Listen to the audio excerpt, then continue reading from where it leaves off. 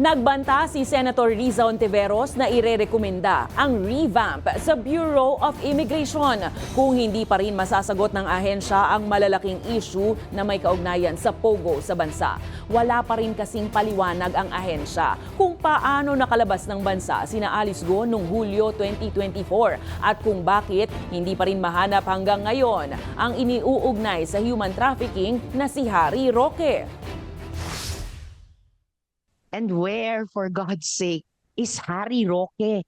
Tila nadagdagan lang ang mga katanungan ni Senator Riza Ontiveros patungkol sa ilang issue sa Bureau of Immigration sa pagdinig ng Senate Committee on Justice and Human Rights ngayong Martes. Kinekwestiyon ni Ontiveros ang immigration officials kung bakit hindi pa rin nadadakip ang dating Duterte spokesperson na si Attorney Harry Roque kahit may warrant na inilabas ang Kamara laban sa kanya. Isinasangkot si Roque sa reklamong human trafficking kaugnay ng pogo operations ng Lucky South 99. Bakit parang libre na lang siyang mag-post ng kung ano-ano sa social media na parang kinukutya pa ang administrasyon? Tanong pa ng senadora, sino kaya ang tumutulong kay Roque? Ayon kasi sa sources, December 8, 2024, lumipad umano si Roque mula Dubai patungong China.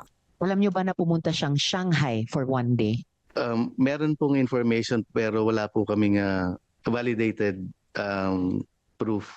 Mula sa Shanghai, na isang araw lang ang tinagal niya doon, tumuloy siya sa Macau. Meron po kaming alam na pumunta rin po siya ng Japan and hindi po siya nakaalis.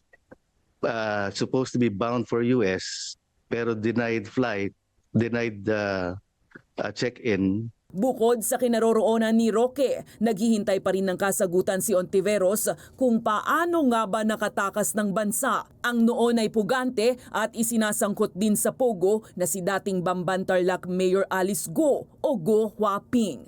I'm sorry but as of this time, we don't have any information kung saang ports or subports nakatakas sila Go siblings, Madam Chair. Kasi kung titigil lang tayo sa ganitong status, we're inutil as a country. 4 na buwan na po and we still don't know how fugitives got past our borders undetected. Inirereklamo rin ni Ontiveros ang anyay mga butas sa deportation process ng ahensya. Pagsisiwalat niya na ipadeport nga ng BI ang 3 sinasabing Chinese pogo boss pero nakatakas naman umano ang mga ito habang nasa layover o connecting flight pabalik ng China. So, sino magiging responsable to make sure they actually arrive at their destination, in this case, China? Pagka declared as fugitive, that's when we ensure.